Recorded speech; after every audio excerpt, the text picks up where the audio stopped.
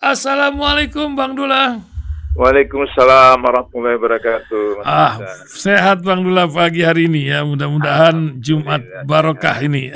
Ya, Bang Dula ini hari Jumat ini kayak barusan baca berita tentang Presiden Vietnam ya, urusan korupsi menteri presiden yang mengundurkan diri ya.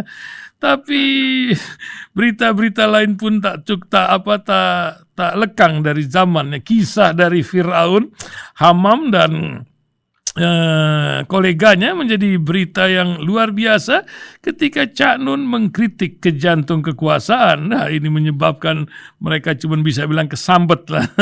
Mudah-mudahan kita nggak kesambet, Bang Dullah. Satu lagi Bang Dullah, ini ya, ada statement dari menteri yang katanya serba bisa ini.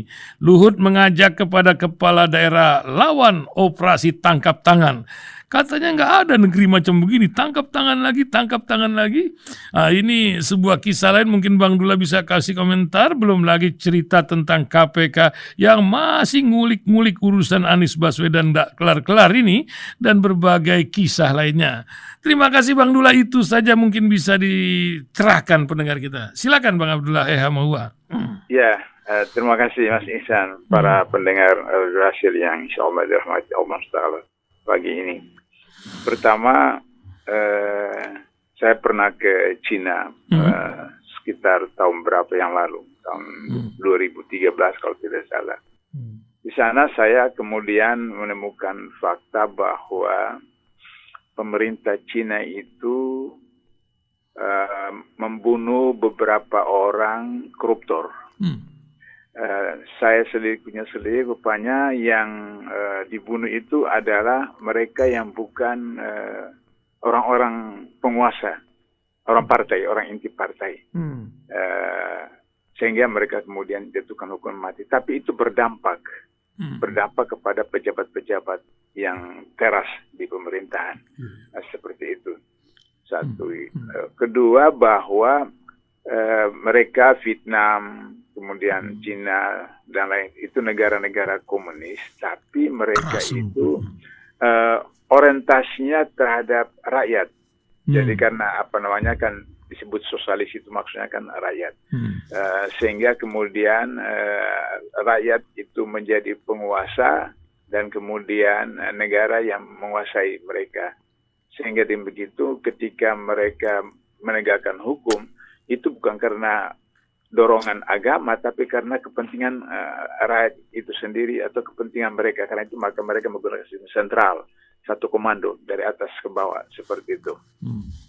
Nah, jadi tapi kalau kita lihat dari filosofi agama, maka kemudian apa yang disebut Rasulullah bahwa hanif, hati itu bersifat hanif, cenderung kepada kebenaran. Sehingga dia agama apapun, kafir, ateis, itu tetap hatinya itu cenderung kepada kebenaran.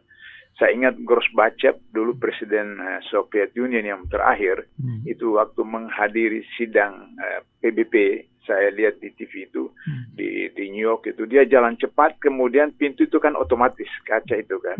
Dan kemudian dia sempat nabrak itu karena cepatnya di jalan, belum terbuka semua, sudah terus dia kemudian otomatis itu, oh my God. Jadi dia komunis tapi sebut Tuhan kan begitu kan. Itu refleks, artinya itu sunatullah seperti itu. Sehingga apa yang terjadi di Vietnam itu adalah karena itu naluri manusia. Dan mereka tidak mau kehilangan jabatan partainya apalagi. Sehingga kemudian ketika ada yang melakukan penyimpangan di bawah koordinasi mereka, itu kemudian mereka merasa malu kepada rakyat, kepada masyarakat, mereka mengundurkan diri. Sama dengan Jepang, itu juga agama Shinto. Maka kemudian beberapa tahun lalu Menteri Keuangannya makan di restoran yang dikenal restoran mahal, padahal dia bayar sendiri, tapi kemudian mengundurkan diri karena malu, padahal dia agama Shinto, bukan agama Islam. Nah, jadi itu nilai-nilai fitrah yang ada pada manusia. Nah, kalau kita di Indonesia itu tidak memahami fitrah kita itu, kita agama Islam, tapi tidak memahami fitrah, tidak memahami nurani kita. Jadi kita nafsu lebih menguasai daripada nurani kita. Nah, sehingga dengan begitu maka kalau misalnya konsep Pancasila, Ketuhanan Maha Esa itu dilaksanakan dengan murni, maka berapa banyak presiden, berapa banyak menteri, berapa banyak gubernur, bupati, wali kota yang mengundurkan diri karena anak buahnya itu korupsi. Katakanlah misalnya di KPK sekarang itu ada 1.300 orang yang sudah ditangkap. Nah itu kan 1.300 orang itu kan 42% itu pengadaan barang dan jasa, berarti itu pengusaha. Berarti 42 kurang 100 berarti 68 itu pejabat. 68 pejabat alka, pejabat eksekutif, pejabat yudikatif, pejabat itu. Jadi berarti berapa banyak itu yang harus mengundurkan diri, mulai dari presiden sampai kepala desa misalnya seperti itu. Nah itu persoalan yang serius buat kita seperti itu. Sehingga dengan demikian maka ketika kita bicara tentang Fir'aun, kemudian Korun, kemudian Haman, sebenarnya itu kan simbol Allah menunjukkan kepada manusia, khususnya umat Islam, itu simbol bagaimana Allah menyelamatkan jasad Fir'aun. Dalam Al-Quran jelaskan, aku selamatkan jenazahmu, jasadmu, agar semua menjadi pelajaran bagi umat manusia yang akan datang. Ribuan tahun yang lalu, jenazahnya masih ada diabadikan di Kairo sekarang itu. Artinya bahwa itu simbol ketika orang menjadikan dirinya sebagai Tuhan apa saja, maka itu Firaun. Sebab yang ditenggelamkan Allah itu kan Firaun itu kan nama simbol, tapi dia kan Ramses keberapa seperti itu. Nah, jadi oleh karena itu maka siapa saja penguasa yang zalim, penguasa yang menindas, penguasa yang menyalahgunakan jabatan kewenangan dan seterusnya, maka itu Firaun. Jadi sekarang misalnya kalau kita lihat apakah Jokowi sekarang melakukan kebijakan, peraturan, undang-undang yang menindas rakyat, maka itu bisa digelar sebagai Firaun. Tidak berarti bahwa kemudian saya harus disebut sebagai Nabi Musa, tidak. Itu simbol. Begitu juga ketika seorang penguasa dikuasai, didikte, dikerahkan oleh pengusaha yang sekarang kita kenal dengan oligarki, maka itu adalah korun. Nah, korun. Dan kemudian kalau ada yang menjadi pembisik, yang mendikte kepada presiden, mendikte kepada gubernur, bupati, wali kota, meskipun salah apa, terus kemudian dilakukan, ya itu Haman.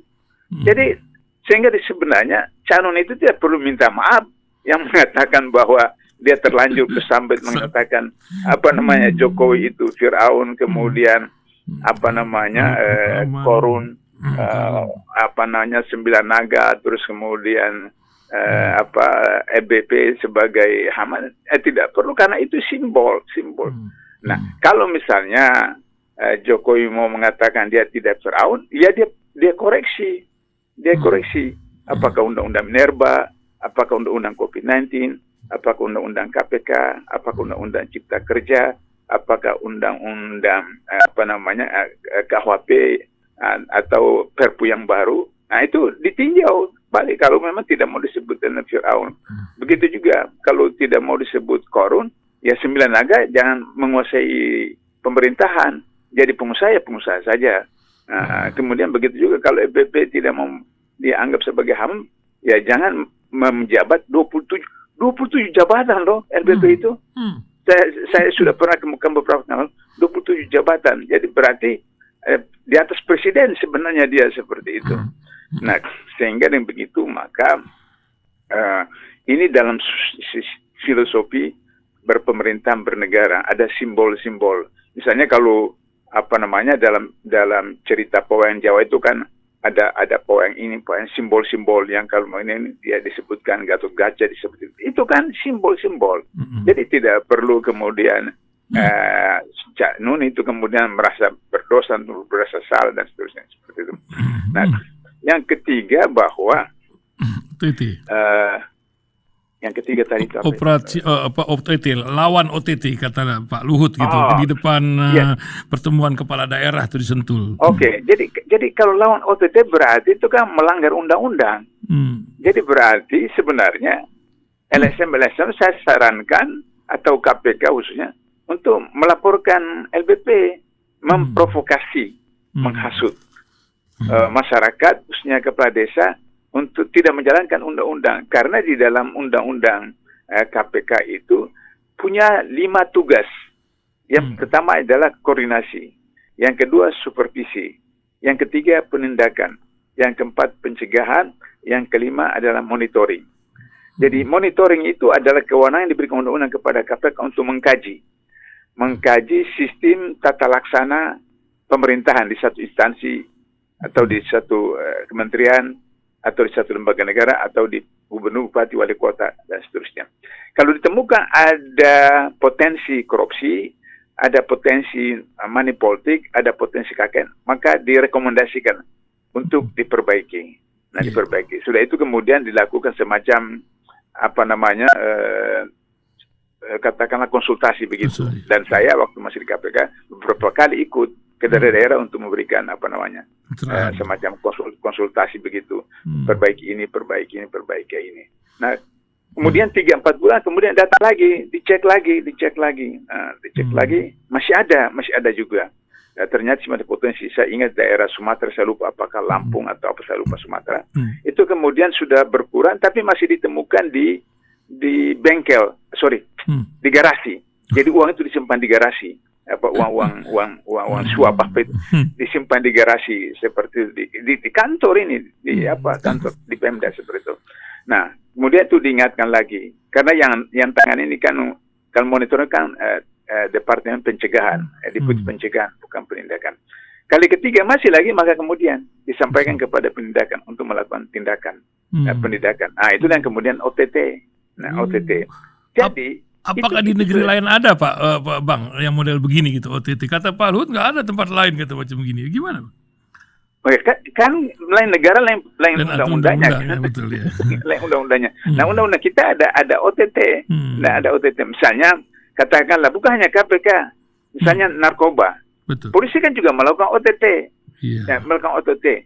Lantas kemudian ada yang dalam bentuk menyamar, dalam bentuk kemudian mengumpan, kemudian ditangkap tangan. Begitu juga misalnya teroris.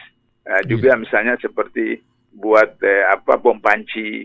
Nah, bom panci itu dibuat dari mana, apa segala macam seperti itu. Kan ada juga, itu juga OTT. OTT tangkap tangan juga kan seperti itu. Nah, jadi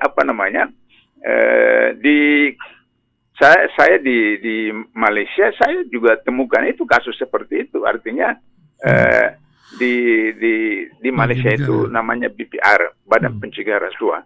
Badan Pencegahan Rasuah di Malaysia itu paling ditakuti oleh ya kurang lebih seperti KPK begitu. Nah, itu bisa juga tiba-tiba kemudian ditangkap, tapi itu kemudian berproses. Nah, cuma kemudian setelah dipanggil, tapi itu kan dimulai dengan OTT, cuma tidak kemudian ditangkap tangan di tempat itu, tapi sudah ditemukan data, kemudian dipanggil, kemudian diproses. Jadi masing-masing negara berbeda undang-undangnya, tapi di KPK itu undang-undang KPK memberikan jadi misalnya ada informasi laporan. Satu hari itu kan sekitar 50 laporan masuk ke KPK setiap hari. Nah, itu kemudian sampai itu ratusan bahkan ribuan. Kemudian diseleksi. Nah, kapan itu dilakukan semacam OTT itu adalah pertama pengumpulan bahan keterangan. Pengumpulan bahan keterangan itu setelah dilihat ini ada potensi korupsi, maka kemudian ditugaskan mereka itu seperti hantu datang kemana ke sana itu tidak diketahui apa segala macam, tapi pakai surat tugas. Nah, sehingga setelah sudah ditemukan fakta yang kuat, baru diserahkan kepada bagian penyelidikan. Nah, penyelidikan kemudian melakukan OTT itu, kemudian tangkap tangan seperti itu. Jadi sebelum OTT itu KPK sudah memberikan perbaikan-perbaikan, saran-saran untuk kemudian memperbaiki sistemnya. Kalau sudah tidak, maka kemudian dilakukan penindakan. Kalau itu dibiarkan terus sampai berapa lama, maka kemudian berapa banyak kerugian keuangan negara. Tahun 2007 kalau tidak salah, itu hampir 50% Pemda itu tidak bisa melaksanakan pembangunan, menghabiskan anggaran karena mereka tidak bisa melaksanakan program-program itu, lantas kemudian mereka simpan uangnya itu jadi yang disebut dengan sisa anggaran itu ke rekening pribadi, karena nanti kalau tidak disimpan rekening pribadi, maka kan uang itu kan hangus dikembalikan. Jadi pada APBD berikutnya mereka tidak dapat lagi, maka kemudian mereka simpan di rekening pribadi gubernur, bupati, wali kota dan seterusnya. Nah, baru kemudian setelah tahun berikutnya baru dimasukkan lagi ke rekening Pemda itu. Tapi kan kalau misalnya 1 bulan atau berapa pekan saja atau beberapa hari saja, itu kan bunganya kan tinggi, bunganya tinggi. Nah, di situ korupsi model baru. Waktu dia kembalikan, katakan misalnya 1 M, dia simpan di rekeningnya. Dia kembalikan ke APBD itu kan 1 M juga.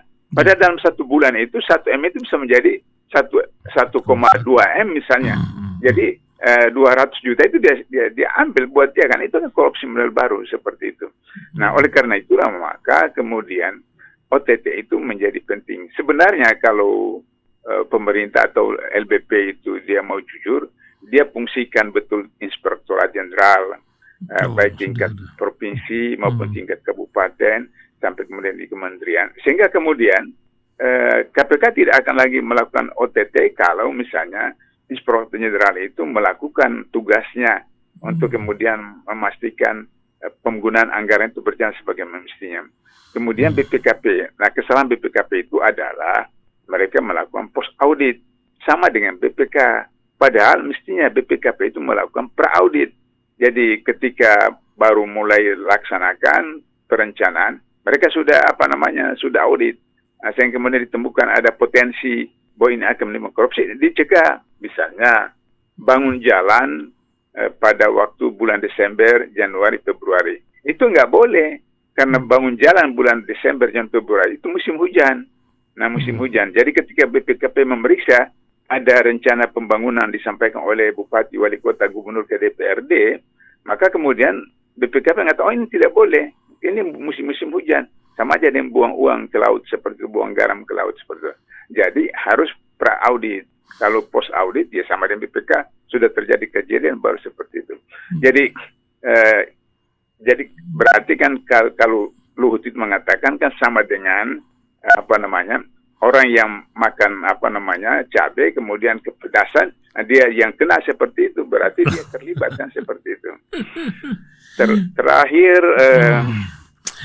Pak, komentar tentang Bang Dullah ketika KPK terus mengejar Pak Anies walaupun BPK sudah mengklirkan, tapi kok ini masih belum puas walaupun para buzzer telah pernah menuduh Pak Anies ini Fir'aun juga, tapi tidak ditanggapi lah sama Pak Anies. Apa yang Bang Dullah lihat dari cerita ini, Bang Dullah? Sebenarnya kan sudah masuk dalam arena politik, arena politik praktis. Kalau dari segi hukum kan Anies sudah dipanggil, sudah klarifikasi, kemudian teman-teman di KPK sudah melakukan proses pemeriksaan dan seterusnya. Tapi karena ini musim politik, lantas kemudian dilihat ketika Anies sudah pergi ke daerah-daerah, dianggap itu sebagai satu lawan politik yang luar biasa. Tapi kan tidak fair ketika Ganjar pergi kemana-mana, ketika Erik pergi kemana-mana, kemudian kumpulan. Tidak pernah diributkan seperti itu. Ganjar yang banjir berhari-hari, angka kemiskinan tinggi di Jawa Tengah kemudian pergi kemana-mana tidak diributkan. Tapi ketika Anies ke daerah diributkan sehingga dianggap ini calon berat yang bisa saingan seperti itu. Sehingga dengan begitu maka kemudian mau dipolitisir oleh mereka dengan menggunakan KPK.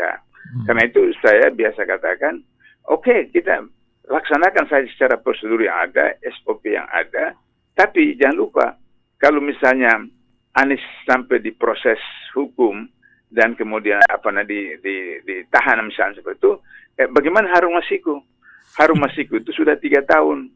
3 tahun itu tidak pernah ditangkap-tangkap, tapi kok kemudian yang belum jelas ini Anies Baswedan kok diproses atau diributkan dan seterusnya seperti itu.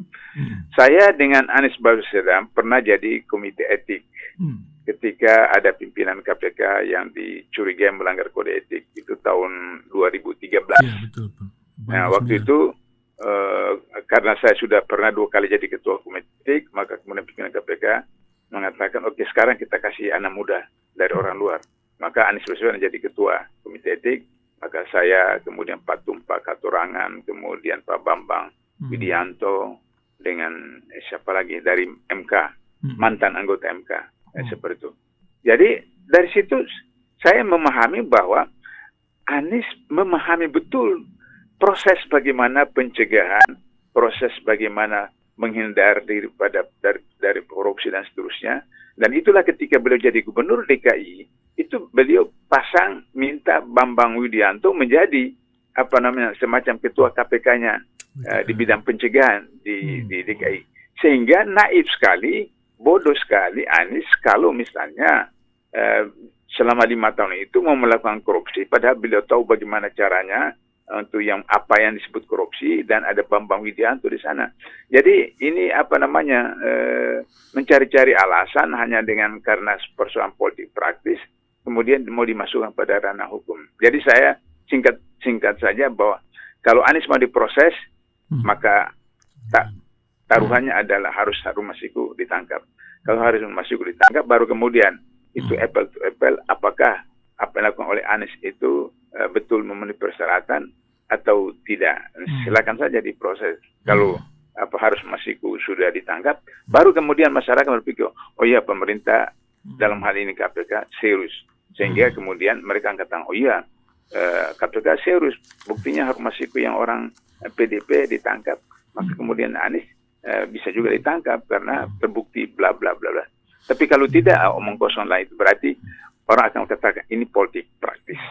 Hanya karena mau menjelang 2024, maka Anies dicari apa saja untuk kemudian diproses secara hukum. Itu. Masya Allah. Terakhir Bang Dullah, sebagai warga senior menjelang khutbah Jumat hari ini, nasihat buat pendengar Radio Silaturahim agar lebih penuh makna disampaikan oleh seorang Bang Dullah Hamahua. Silakan Bang Dullah. Yang pertama bahwa salat Jumat itu bagi orang Islam itu adalah hari raya pekanan. Karena hari raya pekanan, maka kemudian saya di kampung saya itu kalau jam 6 pagi itu beduk. Itu artinya mengingatkan bahwa hari ini hari Jumat. Sehingga saya di kampung itu kalau hari Jumat orang tua itu tidak pergi kemana-mana, tidak ke kebun, tidak ke laut, karena jam 6 itu dipukul beduk. Terus kemudian jam 9 dipukul beduk lagi, itu disebut tipa air. Artinya siap-siap mandi. Kemudian jam 11 dipukul lagi. Di kampung disebutkan yang tipa naik, artinya menuju ke masjid. Baru kemudian jam 12 beduk lagi, itu azan, seperti itu. Artinya bahwa hari Jumat itu di kampung saya itu betul-betul disebut hari raya. Dan saya di kampung itu waktu saya sampai SD, SMP, SMA itu makan nasi. Hari Jumat itu makan nasi. Karena di kampung saya itu kan makan sagu, makan berbeda apa. Makan nasi itu sekali, bukan itu waktu hari Jumat. Dan ibu masak lauk yang enak-enak apa segala macam seperti itu. Nah, oleh karena itu maka bagi para laki-laki itu usahakan agar supaya hari Jumat itu memang hari luar biasa, karena itu banyak hadis-hadis riwayat tentang kebesaran hari Jumat itu. Nah, sehingga kemudian ada riwayat disebutkan kalau datang pada awal waktu, maka kemudian dapat onta. Nah, kemudian kalau sudah ketika sudah mulai azan itu dapat kambing. Nah, kemudian setelah sudah khutbah, itu dapat ayam. Kemudian khutbah suruh jalan dapat telur. Nah, jadi oleh karena itu maka datang awal itu pahalanya lebih tinggi daripada tidak datang terlambat. Yang ketiga bahwa saya perhatikan sebagian besar di masjid-masjid itu mereka tidak memperhatikan khutbah. Mereka tidak memperhatikan khutbah. Padahal Jumat itu kan menggantikan zuhur. Sehingga kalau sudah khutbah Jumat sholat Jumat tidak lagi salat zuhur. Nah, salat zuhur itu kan 4 rakaat. Ya, sedangkan Jumat salat 2 rakaat. Nah, 2 rakaat itu khutbah. Jadi artinya bahwa kalau tidak mengikuti khutbah, itu berarti tidak mengikuti 2 rakaat sholat zuhur yang 4 rakaat itu, sehingga kemudian umat Islam terkadang tidak memperhatikan itu, bahwa salat Jumat itu sama dengan salat zuhur 4 rakaat, yaitu 2 rakaat dalam bentuk khutbah, 2 rakaat dalam bentuk salat. Sehingga mengikuti khutbah itu adalah merupakan rukun. Karena itulah maka selalu Bilal itu mengatakan, jangan bicara meskipun sebutkan apa, karena dia masuk dalam rukun dua rakaat sholatnya itu. Jadi kalau lagi sholat kan tidak boleh ngomong seperti itu. Yang ngomong kan khotib, seperti itu. Nah, sehingga dengan begitu maka harus diperhatikan khutbah itu. Nah, tapi memang ini catatan juga buat para khotib, bahwa kemudian banyak jamaah itu karena kerja apa segala macam, malah kemudian tidur kan, tidur. Sehingga kemudian ada cerita di mana di Surabaya itu, di mana seseorang itu datang kemudian masuk dia sholat di situ masjid, kemudian sudah itu tiba-tiba dia kedengaran komat, terus dia langsung bangun tuh, selesai sholat dia tanya sama jamaah sebelah ini masjid apa ini? Kok tidak ada azan, tidak ada khutbah, terus kemudian komat saja. Terus kata temannya tuh, tadi Anda tidur katanya. Tidur. Jadi ketika khutbah dia tidak dengar, kemudian azan dia tidak dengar, apa segala macam, tidur. Nah, jadi ini juga satu pelajaran bagi para khotib, bahwa kalau dalam riwayat hadis itu, Nabi itu ketika khutbah Jumat matanya itu merah. Artinya beliau memberikan instruksi, memberikan panduan dan semangat yang luar biasa, sehingga dengan demikian maka jamaah itu memperhatikan betul. Jadi khutbah Nabi itu kan pertama tentang menyampaikan wahyu, menyampaikan ayat, kemudian memberikan perintah, kemudian menciptakan konsolidasi, dan seterusnya. Nah, kalau itu memang dilakukan oleh khotib, maka kemudian jamaah itu juga punya gairah untuk memerhatikan. Nah, sudah itu kemudian ada juga yang kekeliruan daripada khotib itu, khutbahnya panjang sekali, padahal dalam riwayat disebutkan bahwa sholat Nabi Jumat sholat Nabi itu lebih panjang daripada khutbahnya. Artinya bahwa kalau Nabi baca surah Jum'ah atau Sabes atau Hal-Ataka misalnya itu dengan tartil, dengan tumanina, itu bisa sampai 15 menit, bahkan bisa sampai 20 menit, seperti itu. Nah, jadi khutbah Nabi itu lebih pendek daripada sholatnya. Jadi kalau misalnya berarti khutbah itu antara 10 sampai 15 menit. Tapi poin-poin, sehingga kemudian jamaah itu juga konsentrasi, dan kami juga ikut dan seterusnya.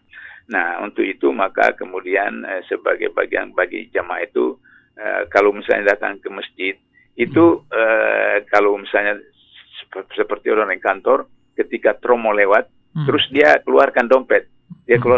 Kemudian dia lihat yang merah, yang biru, yang kuning itu. Nah, itu jangan. Itu berarti tidak ikhlas. Jadi dari rumah itu sudah keluarkan. Kalau punya mampu misalnya 5.000, masukkan 5.000 dalam poket. Kalau 10.000, 10.000. Sehingga begitu tromo lewat, langsung masukkan. Artinya itu sudah ikhlas. Tapi kalau kita buka dompet kemudian pilih-pilih yang merah, yang biru, itu tidak ikhlas itu. Tidak ikhlas seperti itu. Saya waktu di Malaysia saya perhatikan ada orang itu dia masukkan uang RM50. Nah, RM50 kemudian dia masukkan, jadi bukan dalam kotak yang seperti kita, tapi seperti kain sarung begitu itu. Nah, dia masukkan RM50, baru dia kemudian ambil RM40. Jadi RM40 dia tukarkan di situ. Jadi saya bilang, ini tidak ikhlas betul. Ini mestinya kan kalau memang mau cuma RM10, ya dari rumah sudah pisahkan RM10. Nah, seperti itu. Nah, itu satu pelajaran buat jemaah supaya kemudian ada pahalanya, ikhlas dan seterusnya. Saya kira itu catatan saya buat Jumat. Terima kasih Bang Dullah. Terima kasih luar biasa pencerahannya hari ini. Semoga sehat selalu dan selalu bermanfaat buat orang banyak. Assalamualaikum warahmatullahi wabarakatuh. Warahmatullahi wabarakatuh.